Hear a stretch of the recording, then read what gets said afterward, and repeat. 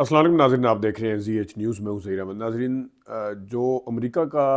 के मुखालिफ बयानिया था PTI का एब्सोल्युटली नॉट वाला, क्या वो ख़त्म हो चुका है? क्योंकि इस वक्त कहा जा रहा है कि PTI जो है वो मदद मांग रही है अमेरिका से। इसके ऊपर बात करेंगे और इसी तरह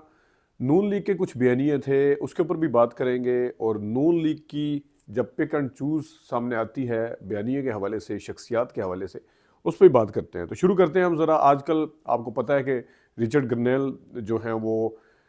बहुत ज़्यादा ख़बरों में हैं और बहुत ज़्यादा बात कर रहे हैं, इंटरव्यूज दे रहे हैं। और उनका सबसे बड़ा फोकस इस वक्त बानी PTI चेयरमैन, PTI जो बानी चेयरमैन इमरान खान साहब की रिहाई के हवाले से है। और इमरान खान की रिहाई के ऊपर ना सिर्फ वो खुद खुल के बात कर रहे हैं, बल्कि कोई और भी अगर बात करता है तो उसकी तस्हीह भी करते हैं, उसकी करेक्शन करते हैं कि आपने अगर बात करनी है तो खुल के करें। जिस तरह उन्होंने मैथ्यू मिलर को कहा कि आप जो कहना चाहते हैं, जो मिलिट्री कोर्ट्स के हवाले से भी और ओवरऑल आप जो बात कर रहे हैं, तो खुल के कहें कि आप ये चाहते हैं। तो इस हवाले से इस वक्त पाकिस्तान के अंदर एक तरफ परेशानी का आलम है, हुकूमत के पॉइंट ऑफ व्यू से, इदारों के पॉइंट ऑफ व्यू से भी देखा जाए, क्योंकि मुसलसल उधर से आवाज़ आ रही है। यहाँ से तो बड़ी आवाज़ें आती रही, यहाँ मारे भी बड़ी खाई, यहाँ PTI ने जलसे भी किए, यहाँ पे उनके उनके ऊपर गोलियां भी चली, सारा कुछ किया, लेकिन उस तरह से टस से मस नहीं हुआ जा रहा था। और कहा यह जाता है कि एक किस्म का स्टेटस को था और इसके ऊपर कोई मुज़ाकरात के हवाले से बात नहीं होती थी। एक तरफ हुकूमत ये बयानियाँ बनाती थी कि हम 9 मई वालों से बात नहीं करते, ये दहशतगर्द हैं, इनसे तो बात हो ही नहीं सकती, और ये ख़त्म है और ये पार्टी नहीं है, इसके ऊपर पाबंदी लगाई जाएगी। तो दूसरी तरफ जनाब इदारों की तरफ से भी जो सहाफ़ी थे, जो उनके करीबी, वो ये बयानियाँ देते थे या ये बताते थे आके कि माफ़ी तलाफ़ी वाला तो चक्कर ही कोई नहीं है और बिल्कुल इस तरह कुछ भी नहीं है। तो यहाँ वाला जो था वो जुल्म कह लें आप उसे, या ज़्यादती कह लें, या नाइंसाफ़ी कह लें, जो केस के हवाले से आया जिस तरह, वो तो बिल्कुल आपके सामने था, लेकिन उससे कोई फ़र्क उस तरह से नहीं पड़ रहा था। ये ज़रूर कहा जा रहा था कि PTI जो है वो मुज़ाहमत कर रही है, और PTI ने अपना जो उसके हवाले से था बहुत पहले, खैर एक जो बयानिया था उसके हवाले से कि जनाब ये तो बस सिर्फ मम्मी डैडी की पार्टी है, और ये तो सिर्फ इसके हवाले से तो सिर्फ ये है कि वोट डालने पता नहीं आएंगे, निकलते हैं कि नहीं निकलते, मार खाते हैं नहीं खाते, सड़कें गर्म करते हैं नहीं करते, वो सारी चीज़ें उन्होंने की और उन्होंने रजिस्ट किया। लेकिन उससे जो मुक़्तदर हलके थे उनको ख़ास फ़र्क नहीं पड़ा था जितना अब पड़ा है। अब जैसा मैंने कहा कि परेशानी का आलम है एक तरफ, और दूसरी तरफ एक काउंटर बयानियाँ भी बनाने की कोशिश की जा रही है कि जनाब ये देखें, ये तो कहते थे एब्सोल्युटली नॉट, ये तो कहते थे अमेरिका ये अमेरिका वो, अब उसी अमेरिका की मदद से बाहर निकलने की, रिहाई की कोशिश की जा रही है। तो इस हवाले से जनाब 2-3 चीज़ें बड़ी वजाहत के साथ बयान करते चले कि इमरान खान ने एब्सोल्युटली नॉट कहा था, वो अड्डे देने के हवाले से पाकिस्तान के अंदर अगर कोई मुदाखलत की जाती है उस हवाले से। अब मामला ये है कि क्या इमरान खान अपने उस बयानिए से पीछे हटेंगे? इमरान खान साहब बाहर निकलते हैं, आज़ाद होते हैं, अगर दोबारा हुकूमत में आते हैं, क्या अपने एब्सोल्युटली नॉट वाले बयानिए से पीछे हट जाएंगे? ये मेरा आपसे भी सवाल है, और आप भी देख सकते हैं और बता सकते हैं, क्योंकि इमरान खान साहब की जो इस वक्त एक कह लें सियासत है, जो जिस तरीके से वो सियासत करते हैं, उस तरीके से मेरा नहीं ख्याल कि वो उस मुतालबे से पीछे हटेंगे, नंबर 1। नंबर 2, जो बाइडन की जो इंतज़ामिया थी उसके साथ इमरान खान साहब की हुकूमत की जो ताल्लुकात थे, जो मामलात थे, वो बन ही नहीं सके। और उनके साथ अब तो खैर वहाँ के भी आवाज़ें खुद, मतलब रिचर्ड ग्रनेल ने और दूसरे लोग जो आप कह रहे हैं कि पिछली इंतज़ामिया यूँ थी, उन्होंने ये किया ये किया, ये वाला जो मामला है ट्रंप के मामले पे, इसके साथ वैसी ताल्लुकात उनके ठीक है। पहले भी कहा जाता है कि इमरान खान साहब का मामला ये नहीं है कि दोस्ती के हक़ में नहीं है, वो रिलेशन के हक़ में नहीं है फॉरेन कंट्रीज़ के साथ, वो उस हक़ में है, लेकिन वो कहते हैं कि ग़ुलामी या जिससे कहते हैं डिक्टेशन, वो उसके ख़िलाफ़ है उस हवाले से।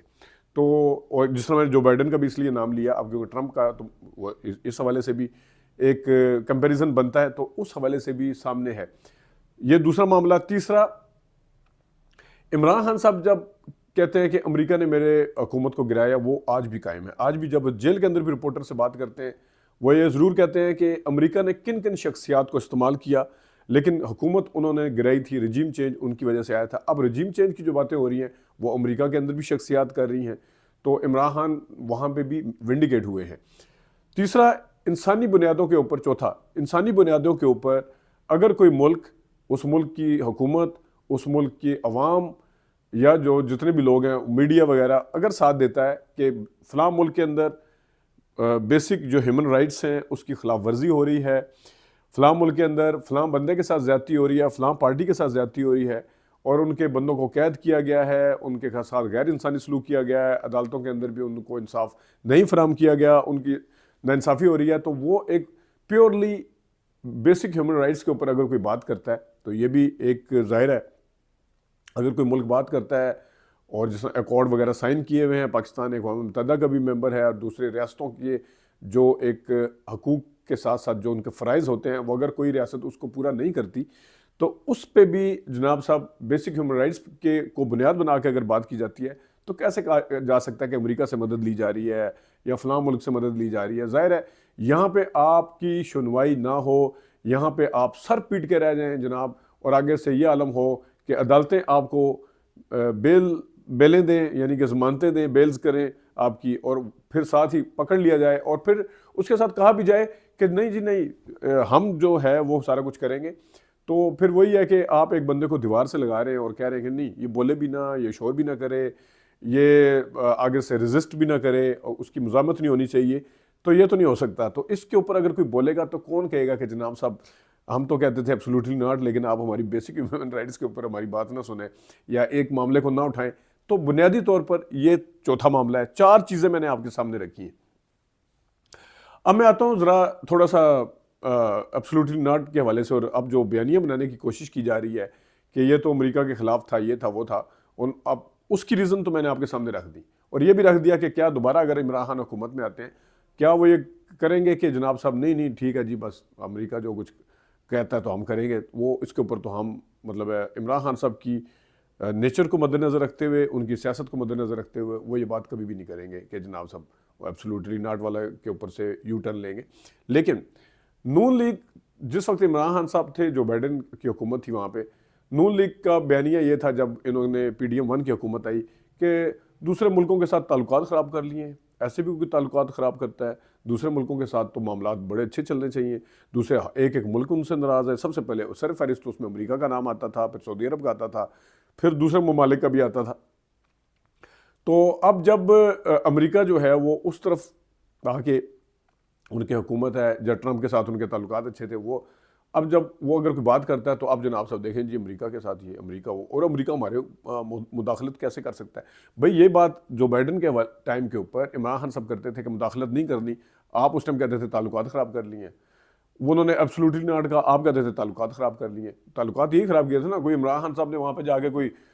पत्थर मारे थे, कहीं खड़े हो गए साइड पे अमेरिका वाली तरफ मुंह करके वो पत्थर मारे थे, कोई और काम किया था, कोई दहशतगर्दी की थी वहाँ जाके, यही एब्सोल्युटली नॉट कहा था ना, जिसकी वजह से उनको, या फिर दूसरा ये था कि रजीम चेंज है। ज़ाहिर है जो बाइडन की जो हुकूमत थी उन्हें ये चीज़ पसंद नहीं आई थी, तो फिर सारा कुछ हुआ जो आपके सामने था। उस वक्त कहते थे कि ताल्लुकात ख़राब कर लिए हैं, ये कर लिया, वो कर लिया। अब जनाब सब कह रहे हैं कि नहीं नहीं, अमेरिका कौन होता मुदाखलत करना। भाई ये वाला बयानिया तो वो लेके चले थे।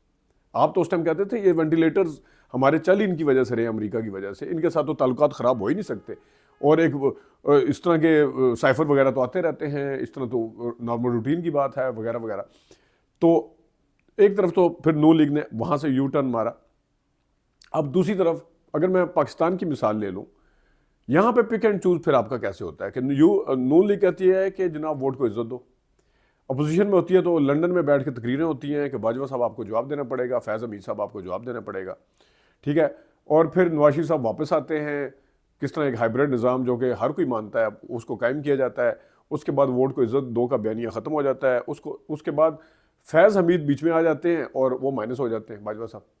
वो बिल्कुल गायब हो जाते हैं बीच में से, पिक एंड चूज़ होना शुरू हो जाता है। तो अगर आप यहाँ की इस्टेब्लिशमेंट को शख्सियात के साथ जोड़ते हैं कि नहीं ये वाली इस्टेब्लिशमेंट ठीक है, वो वाली इस्टेब्लिशमेंट ठीक नहीं थी, तो आप अगर शख्सियात के साथ जोड़ के ये कह दें नहीं नहीं ये इदारे ठीक हैं, वो कुछ शख्सियात थी, हालांकि शख्सियात ही सारे, आज अगर कोई इस्टेब्लिशमेंट है वो भी शख्सियात हैं, और कल जब वो रिटायर हो जाएंगे तो वो शख्सियात शख्सियात ही रह जाएंगी। फिर वो तो इदारे जो बनते हैं वो शख्सियात से ही बनते हैं, उनकी जो पॉलिसी बनती हैं वो शख्सियात से बनती है। तो इन्होंने बाजवा के ऊपर इतना बड़ा पहले बयानिया बनाया, उसके बाद उसके ऊपर यू टर्न ले लिया। खुद इन्होंने पिक एंड चूज़ किया, खुद जनाब साहब अपनी मर्जी से कह दें कि नहीं इदारे हमारे ठीक हैं, शख्सियात ठीक नहीं थी। और जब उस टाइम अपोजिशन में थे, नहीं इदारे ठीक नहीं है, तो पिक एंड चूज करके यू टर्न लेने का जो एक सामने नजर आता है वो रिकॉर्ड है बिल्कुल नून लीग का। उनके हवाले से मैंने अमेरिका के हवाले से आपके सामने रख दी हैं चीज़ें सारी, कि जनाब साहब किस तरीके से जो बाइडन के साथ इमरान खान की नहीं बनती थी, उन्होंने मुदाखलत की थी, सारा कुछ किया था। और उस टाइम यहाँ इनका नून लीग का PDM-1 का क्या बयानिया था, ममालिक के साथ ताल्लुकात ख़राब ना करें, ये ना करें, वो ना करें, और अब जो है ये सारा कुछ कहा जा रहा है। ये तो एक फ़र्क है। दूसरा फ़र्क जो है इमरान खान और PTI के वोटर सपोर्टर का, उनके जो रहनुमा हैं उनका, वो ये है कि इन्होंने जिस तरीके से अमेरिका में जाके और दूसरे ममालिक में जाके एहतजाज किए, वो आपने 24 नवंबर को भी देखा था, जिस तरह एहतजाज, इटली का एहतजाज इतना बड़ा था, और दूसरे UK में तो अक्सर होते रहते हैं या दूसरे ममालिक में भी होते हैं, कनाडा के अंदर और इटली के अंदर भी इस दफ़ा बहुत ज़्यादा एहतजाज हुआ था। तो जिस तरीके से उन्होंने इमरान खान का मुकदमा इंटरनेशनल मीडिया के आगे, दूसरे ममालिक की हुकूमतों के आगे रखा है, ख़त लिख लिख के, सोशल मीडिया को इस्तेमाल करके, वो भी अपनी मिसाल आप है। आपको क्या लगता है कि रिचर्ड ग्रनेल ने कोई बंटे खेले, बचपन में गुल्ली डंडा खेलते थे इमरान खान साहब के साथ, उनके सामने मामला रखा, तो जिस तरह उन्हें फिर पता चला कि एक चीज़ जो है वो पाकिस्तान के अंदर एक बंदा है, उस वो इतना पॉपुलर है कि जिसकी सोशल मीडिया के ऊपर भी इतनी रीच है कि जनाब उनके अपनी ट्वीट देख लें वो कितनी रीपोस्ट होती थी, कितनी रीट्वीट होती थी। लेकिन जिस टाइम उन्होंने इमरान खान साहब का नाम लिया तो उनकी किस तरीके से उनका अपना सोशल मीडिया, उनका अपना एक्स अकाउंट के अंदर कितने फॉलोअर बढ़े हैं और कितनी रिपोस्ट होती हैं, कितने उनकी तो वहाँ से आंखें खुली हैं। तो मामला जो उजागर किया है वो PTI के सोशल मीडिया ने, PTI की शख्सियात ने बाहर ख़त लिख के, कभी इमाम नुमाइंदगान के आगे, कभी कांग्रेस के आगे, कभी किसके आगे, सारा कुछ। तो इसके अंदर भी एक बहुत बड़ा फ़र्क नज़र आया है। PTI versus rest of all, मतलब है कि ये नहीं कह सकते कि नून league, peoples party, JUI, Jamaat Islami, क्या इस तरह कोई अपने लीडर के हवाले से आवाज़ उठा सका है आज तक? इसकी मिसाल ना भुट्टो साहब के ज़माने में मिलती है,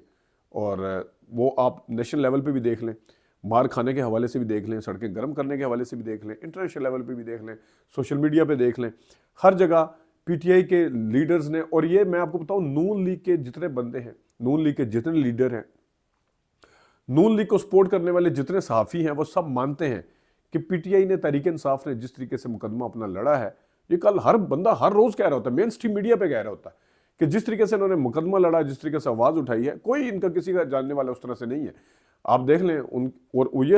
ये फिर क्रेडिट जाता है उनको कि जो एक मतलब है इतनी अवेयरनेस है जिनके अंदर, कि उन्होंने किस तरह बात करनी है और क्या बताना है, किस तरह जाके उजागर करना है इस चीज़ को। तो इसके ऊपर भी उनका एक तारीफ बनती है। नाज़रीन, ये कुछ चीज़ें थी। अपना ख्याल रखिएगा। अभी तक के लिए इतनी इजाज़त दीजिए। अल्लाह हाफ़िज़।